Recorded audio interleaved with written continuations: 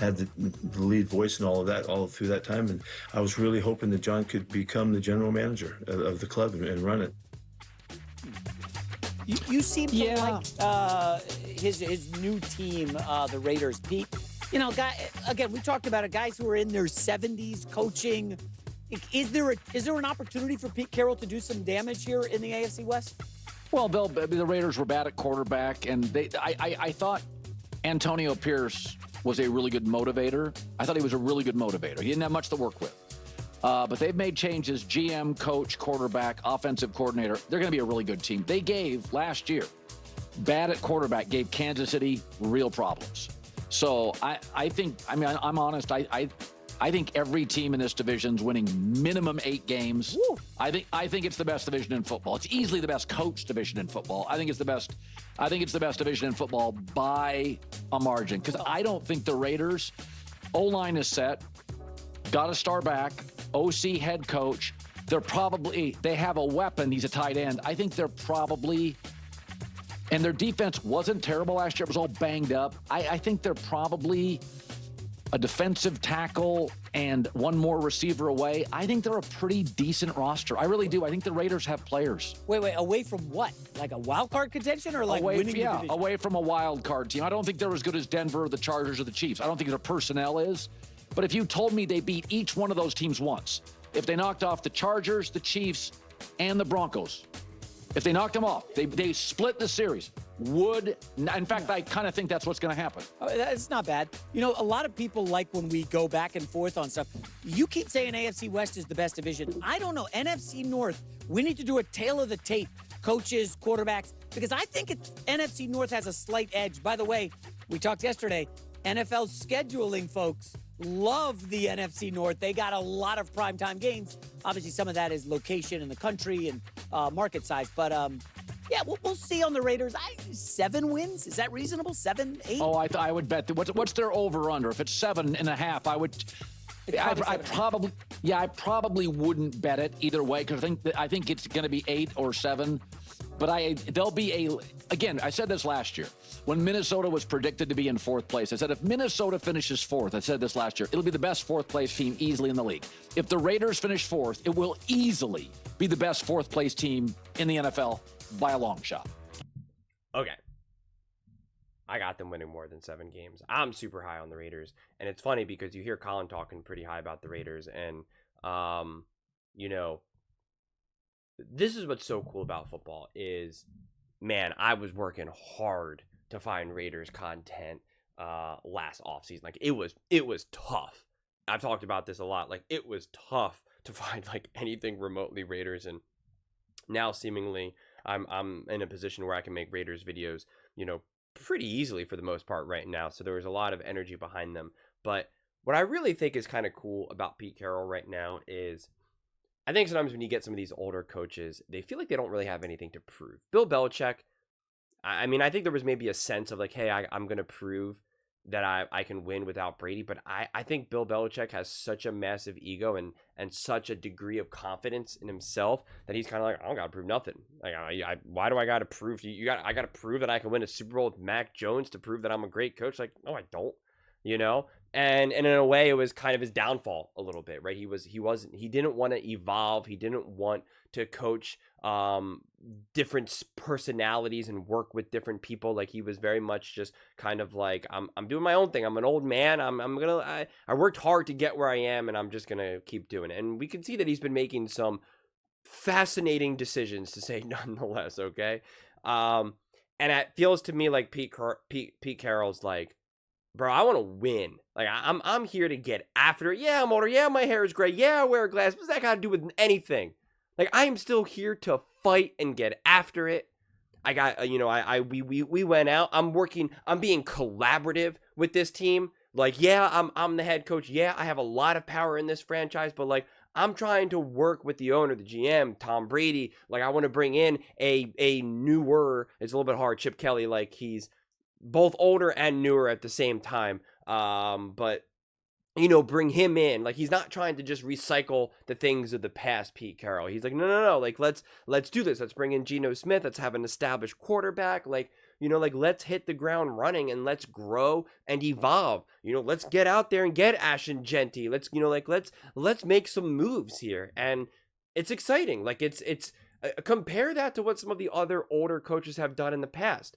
And you don't see that. It's always like they're going back to this like old way that, worked under very, very, very, very, very specific circumstances. Like the best example of this is having Tom Brady as your quarterback. That's just too specific of a scenario, quite frankly. It just is. Or you had this dominant roster of like with the Dallas Cowboys where it's like, well, you got Aikman and Emmett and, etc. Like it's like, okay, like that was a very specific scenario in that moment of time. And, probably not something that you can just copy, paste, and repeat here. And so I do think that there's an evolution of Pete Carroll. And I think it's clear that the way how the Raiders have been run right now, it's very collaborative, which I'm always a fan of, quite frankly. And when you have such an old, very highly successful, Pete Carroll's a Hall of Famer head coach, and to see that level of collaboration and wanting to bring in youth and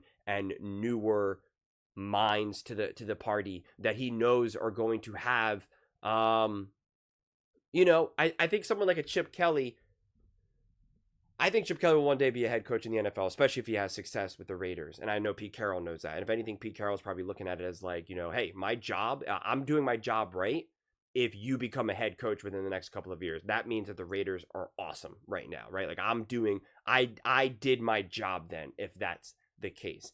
And not everyone wants to do that. Not all head coaches want that type of energy in there. They know having a Chip Kelly who was also a head coach. And again, I understand it didn't go exactly as planned for him, but like he knows bringing in another personality like that in the locker room, like you feel that as a head coach, you feel that. It would be very different if he brought in like someone else who's like really old and kind of just like chilling at this point in their career and won't have a lot of weight behind their words. And it's very obvious that, Pete Carroll's the man and it all stops with him. Like I think it's different. It's the same thing what the Eagles did when they brought in Fangio, although different because he is an older coach. But like when Fangio speaks on defense, you listen. Like if anything, I'm pretty confident that Fangio like holds more weight, especially like when he's talking to defensive players, than Nick Sirianni. And so again, credit to Nick Sirianni, although he didn't necessarily have a lot of say in it, I'm sure, with Harry Roseman. But it's like it is something that you still have to kind of juggle and dance around for the most part. And like I said, not all coaches want to do that.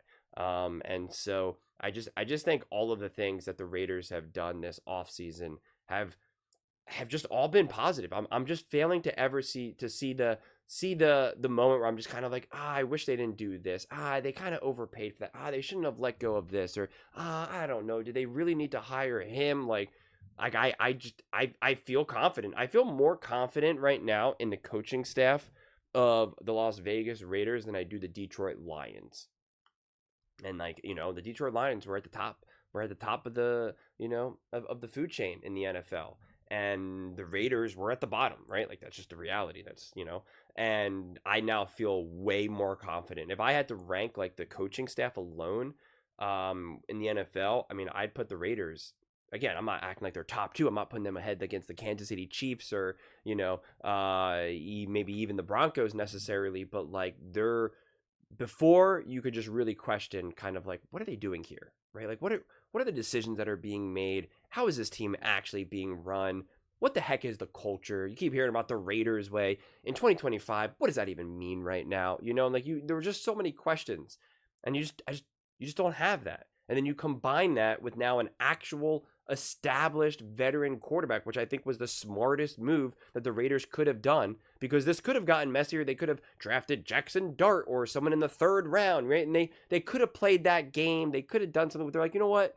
Sure, Geno Smith might not be a top 3 quarterback in the NFL, but he's a darn good quarterback. And if we give him some stability and we put a good enough team around him and get the right offensive coordinator in the building, we're gonna win some games. We're gonna contend here. We're gonna fight, and we're gonna rebuild this team from the ground up. And that's what they're doing. And I'm a huge fan of it. I really, really am. And I think that this team can get momentum going a lot quicker than people give it credit for. Like saying 7 wins, like I automatically, push back on that. Although I do have to concede that it does feel like this season we're going to just pretty much just get like 11 and 12 win teams. Like, it's hard for me to see that we're going to get like a 14 win team, 15 win team, 13 win at the max. I think it was Greg Jennings who recently said, he's like, by week 6, I don't think there's going to be a single undefeated team left. Like, it just seems like the way how the schedule is written, it just seems like there's a lot of losses to go around for a lot of teams, honestly, for like every team out there. It just feels that the floor of the NFL has been raised and the ceiling has not been raised. So it just feels like we're going to get a closer bunch of teams here, which then does make it, you know, to me, when everyone is that close, it then comes down to coaching. And the reality is, though, is that, and this is the biggest issue that the Raiders do have, under normal circumstances, this team and this division, if they weren't going up against Harbaugh, if they weren't going up against Andy, if they weren't going up against Sean Payton, I think that a coaching staff like the Raiders would be more easily be able to take advantage of those teams and come away with some close wins down the stretch. But I don't think they necessarily have that, because I think that a lot of the coaching is going to be awesome. I think it's, you know, it's more equal than not. But the benefit is that the Raiders won't be on the receiving end now of being like out-coached and outplayed and out-prepared. Like, that is the benefit, and they've lost games in the past because of that, right? You saw that firsthand, especially last year. And so at the very least, you now, you know, get rid of that aspect of the season. And then when you do play some of the more inferior teams, and I have to look closer at the schedule of exactly when and where they play those teams, you're going to have the coaching advantage, which, you know, if we're talking about the NFL being a very close season this season, that should be enough then. You know, instead of the 7 wins, that ideally gets you to the 9 or 10 wins, and then, you know, maybe the wild card spot or more. But those are just my thoughts. I'd absolutely love to hear yours. What do you guys all think about the Las Vegas Raiders, Pete Carroll, and what he can do with this team? Let me know in the comments below. I read every single comment, so whether you agree with me or disagree with me, either way, let's get in some discussions, let's get in some fights, but ultimately, let's just have some fun. And please do consider subscribing. We're building an amazing community here, and I absolutely love to see you part of it. I want to build something that we all genuinely feel connected to, something that we're really excited to be part of. I think we're on our way to doing it. And please don't forget to give this video a thumbs up, as it really does help the visibility and the algorithm. Thank you so much. See you next time.